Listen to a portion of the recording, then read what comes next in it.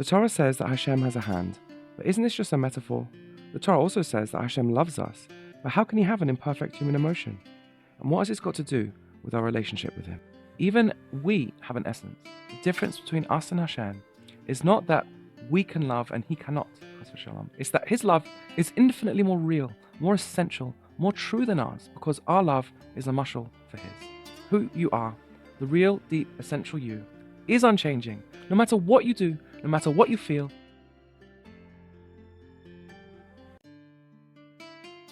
Now we are really taking off. We're leaving the solar system altogether and heading out into the stars. In the last episode, we reached yet another ceiling, and we lamented. Isn't it annoying? Isn't it saddening? Isn't it deeply depressing that no matter how much closer we seem to be able to get to Hashem in our learning, we always encounter another ceiling, and it feels like the seesaw is a roller coaster, and we can never truly get his feelings all the way up to his very self. It seems like there's a disconnect. That's not true.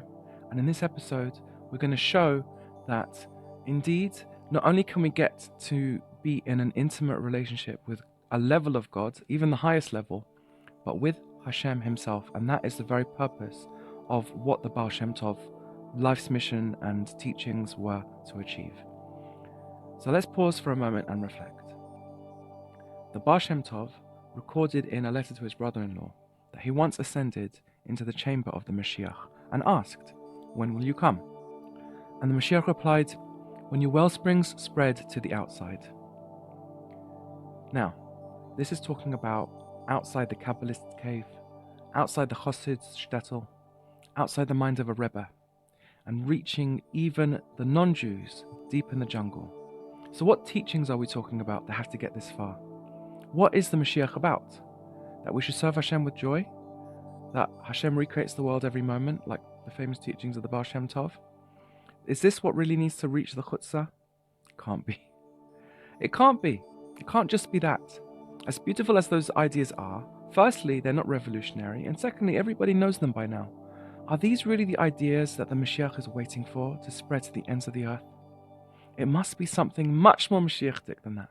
Surely, it's bringing Atzmus to the chutzah, bringing Hashem himself. This is the purpose of the Torah, and this is repeated over and over by the students of the Besht, especially the Chabad Rebbeim, who tell us that every word and every letter of the Torah reveals him. So, no, we are not back to square one. We are never back to square one. And the Mittler Rebbe of the school of the Baal Shem Tov helps us understand all this. Starting with Simson, by giving us a mashal of our own soul. He gives us a mashal in chapter 13 of the soul's vitality in the body. He explains that the soul is affected by the body, right? It feels the body's pain when the body is injured. But he says explicitly there that the feeling that the soul experiences does not change the soul in its essence. And this is what I was trying to explain previously. If we replace the word essence, which is hard to understand, with something more familiar, the word self, i.e., we are talking about your very self, who you actually are at the very, very core. You are always you. Who you are, the real, deep, essential you, is unchanging. No matter what you do, no matter what you feel, experience, you are still who you are, the same person, the same identity, whatever word you want to use. You are you. And that you remains the same even as your experiences come and go.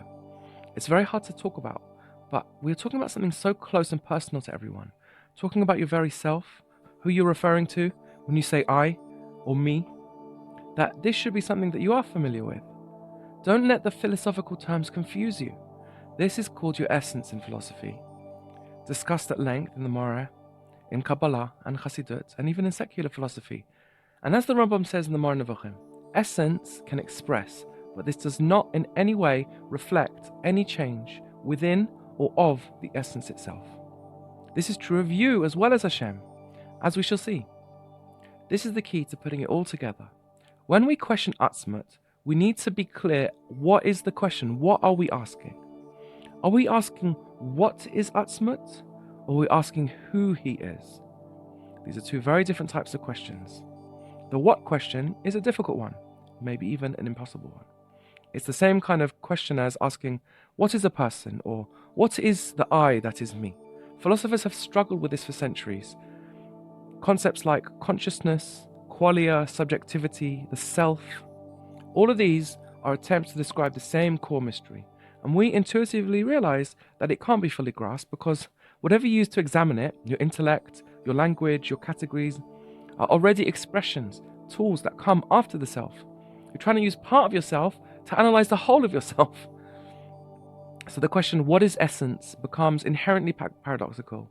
But the question of who is the one that feels, knows, chooses, loves, that's deeply meaningful and answerable.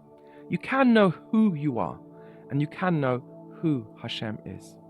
Because we are both selves, however you say it. We are both real. Our essence is not an idea or category. It is the one who has ideas, the one who relates, who expresses. And so we don't need to get lost in the what of Atzmut to understand what matters most. We just need to know. Just as we have a self that can express without being altered by those expressions, so too with Hashem. This is not just a similarity. This is the mashal and the nimshal that we were talking about. At this point of the discussion, one might ask about Tzimtzum. It sounds like this implies that Hashem's connection to us is not authentic, as Hashem limited himself at this stage. He originally could express himself through infinite sfirot, but now he limits himself to 10 that he emanated. Therefore, imagining that he loves us, the sphere of chesed, sounds a bit silly.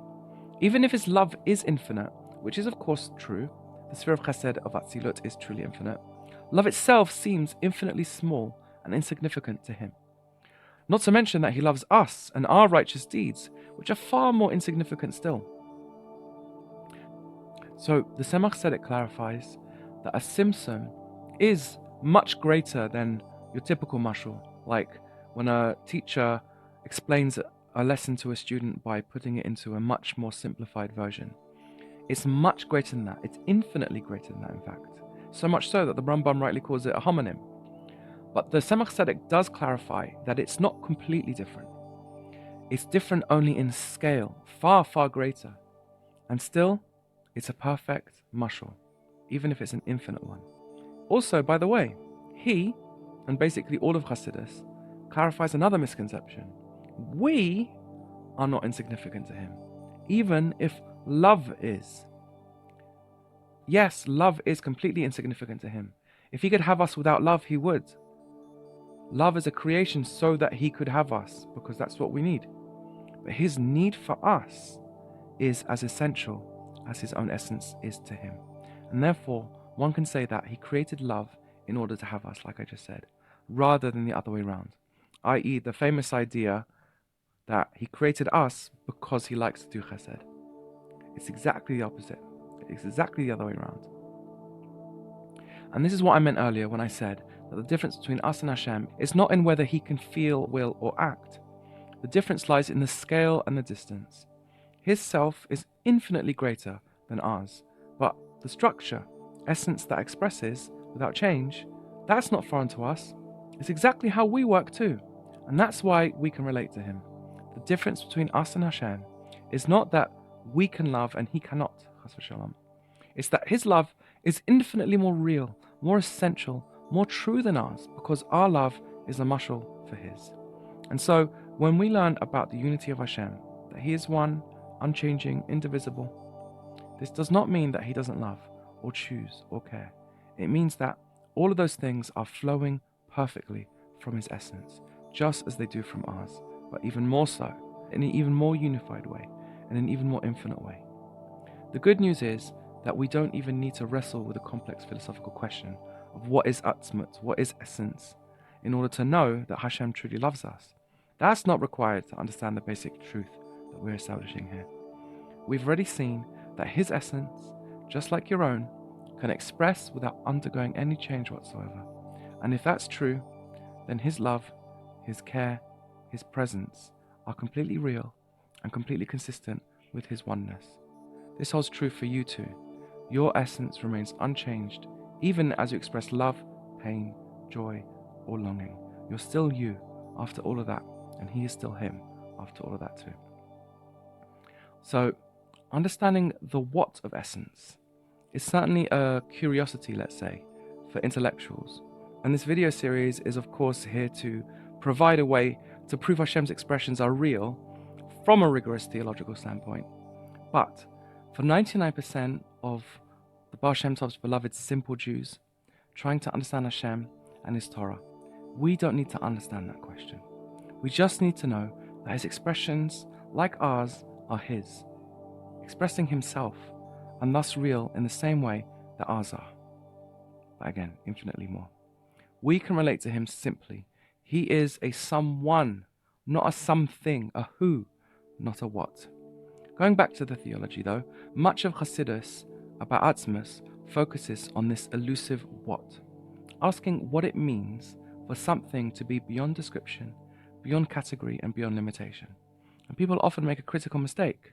They hear that Hashem's essence is unknowable and beyond all relation, and they assume therefore that this must mean that his love or emotions aren't real, that they're not truly him.